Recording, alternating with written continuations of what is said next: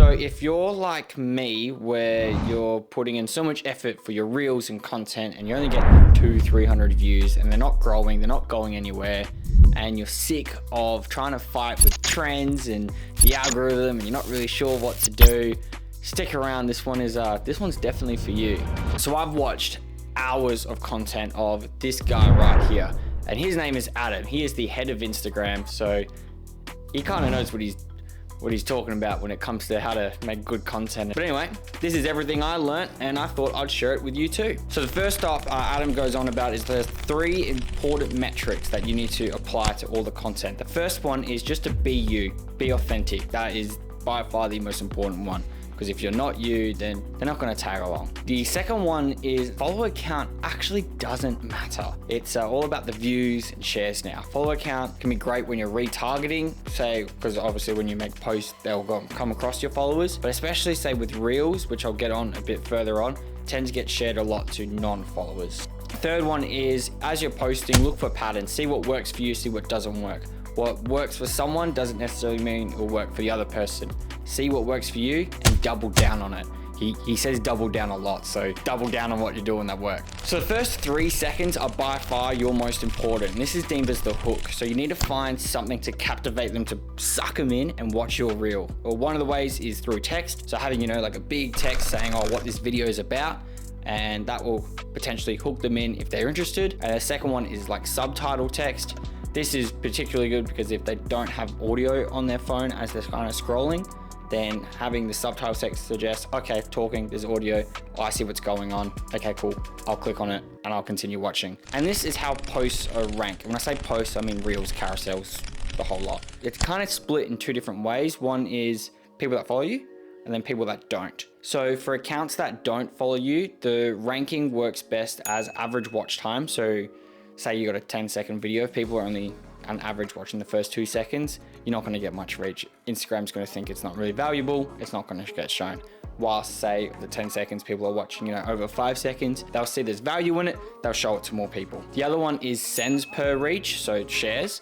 That's also incredibly important because it pretty much tells Instagram, yeah, this is relatable, or this has a lot of value to it. And then the third one would be likes, because likes is also another indication of relatability. So likes are more important for those that already follow you, because then that will pretty much tell the Instagram algorithm as a follower of you that, yep, this is exactly what I expect of this content creator or whoever's posting a business. Keep showing it to the other followers then. Whilst for those that don't follow you, sends are more important. And by sends, I once again mean shares. Time and watched rate impacts both. And on the topic of content to non-followers, this is pretty much how to get your content like as a recommended post, as you can kind of see here. And there's usually 5 different ways you can do that. The first one, and a lot of businesses do that, is watermarks. Get rid of them, they do no good.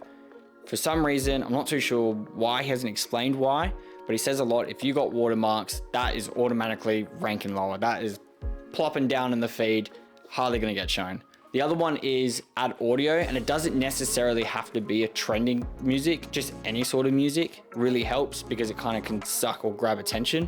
And that's sort of the purpose the music has. That's particularly important for photos and carousels where there isn't necessarily any moving aspect to it, like motion that video gets to give. So having that music can, just quickly get that engagement. The other one is to have reels 3 minutes or less. Try to avoid going over, that's a bit too long. Last one is post original content, which is a bit of a throwback to being authentic, being you. Next up, we've got performance and what determines something to be ranked even better. So I kind of touched base on this earlier. Performance is pretty much just ranked on average watch time and likes and shares. The algorithm will consider the seconds watched as well as the percentage watch. The reason why they take into factor of both is sometimes you can watch 10 seconds of a 10-second video, but if you're watching 10 seconds of say a minute-long video, sure, they've got the same watch time, but on a percentage scale, one's clearly a lot better than the other. So it takes into consideration of both. Another thing to note, and this is a bit of a myth, sponsored posts, which are your ads, your boosted posts, are not ranked poorly. They're not downranked in any single way. They have no other impact. If anything, they get a little bit better because you are paying for it. Carousels do get better reach than just a normal photo. The reason for this is there's a lot more media to be consumed in a carousel. So say for example, if it was just a one single photo post, people will see it for 2 seconds, scroll past, whilst a carousel, they're having to have a lot more watch time, or viewing time I should more so say, because it's not necessarily motion, to view all the media that you've produced. On top of that, the bonus with carousels is if it doesn't get an immediate swipe, that carousel usually gets shown to the viewer again, but instead of it being automatically on the first photo, it's on the second photo. That gives the carousel another chance at potentially being consumed, having a bit more engagement. If it doesn't, well, it's probably not good, which is why it's not gonna get shown again. But if it is good, then it'll get shown to more people. This also means the first 2 photos in every carousel is like super, super important. And a little hot tip that I've seen a lot lately is some people will have one photo stretched over like 2 photo frames, sort of like how I've done here. And that just kind of forces someone to keep scrolling through. So it's just a bit of a cheeky way to kind of get a bit more engagement. Also, another myth to bust is having something as a draft and then posting later has no harm on your reach. It was a bit of a misconception that if you had something in draft, say posted it 2 weeks later, it wouldn't do as good because it was made 2 weeks ago.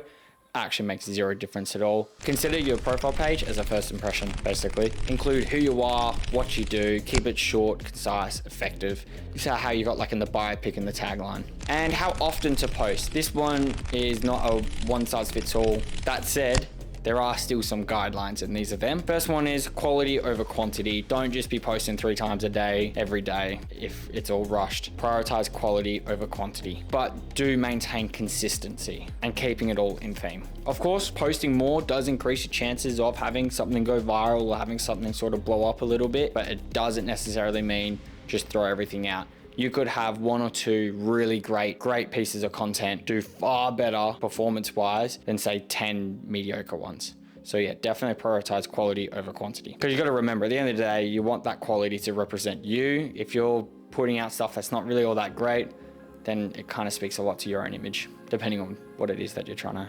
to represent and try and push. However, if you are successful and have a post blow up, then try and keep posting 1 or 2 days after to see if you can carry that momentum.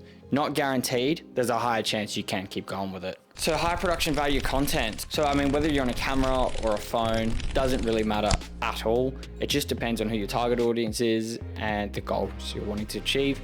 Businesses and brands tend to go for the high production stuff because they want that sort of feeling and aesthetic to represent their brand of, high quality. Whilst if you're, a content creator that just wants to connect with an audience and relate with them, then, usually you don't want to go too high end with all the cameras and lighting. You just want to be able to be real and connect. So it just depends on what your goal is and who your target audience is. Following the high end stuff, it also is a bit of a myth that if you edit inside the Instagram app, you'll have more reach. Once again, completely false. Instagram doesn't care where you edit it. As long as it's, engaging, entertaining, or relatable, that's all they care about. I think I've already mentioned this, but content with watermarked logos, yeah, just don't do it.